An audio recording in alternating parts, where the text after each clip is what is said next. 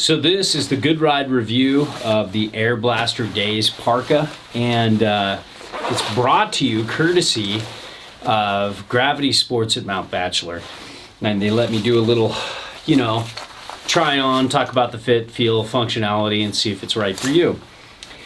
In terms of construction, Airblaster usually does a really good job in when it comes to construction, especially at this price point. They're kind of in that one something to low threes, and at that price point it's kind of hard to really give that like impeccable $600 piece of super technical outerwear kind of construction, but it's really solid for this price point. I rarely if ever see any major errors, and the construction's always very, very smooth, very good. Just kind of exactly what you would expect. I don't think you would get pissy if you saw this. You can see kind of the fit. It does pretty well with my build, and you can see the specs down below. It's got some nice gaiters that when they're not on your hands, it almost feels like they're not there. And that's great for those like myself that don't really like gaiters, and those that love gaiters. Both sides will probably be happy. Let's talk about helmet compatibility.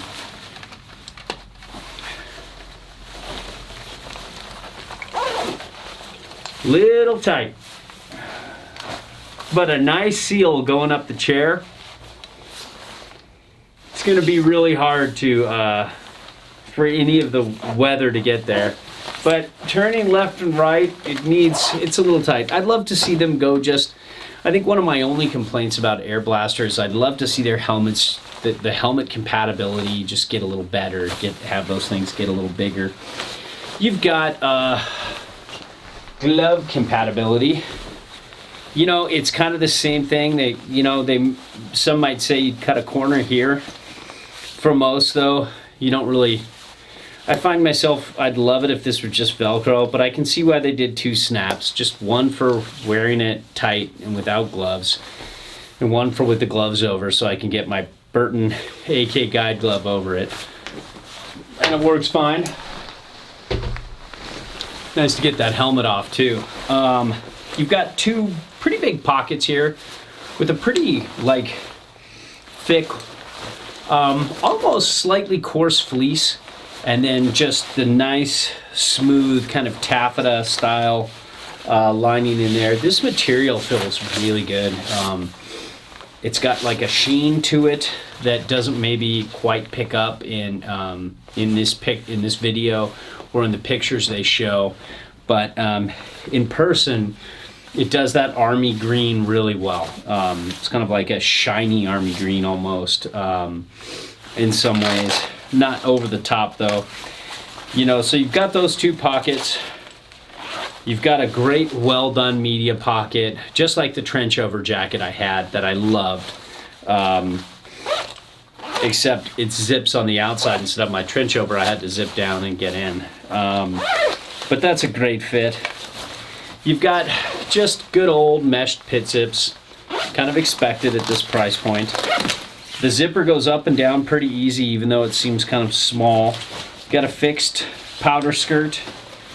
What is this? Secret surprise inside? No, I'm going to leave that to you, good readers, to find out what it is. You've got just, your basic goggle pocket. And it doesn't really seem like there's any kind of real jacket to pant interface. There is a powder skirt, and that's cool. And then I love how they did the liner in here. It's kind of like barely mesh. It's more taffeta than mesh. And there's some decent insulation here. 60G of insulation, and it feels like a warm jacket for me. It's definitely not as warm as the Grampy jacket, or the Grampy.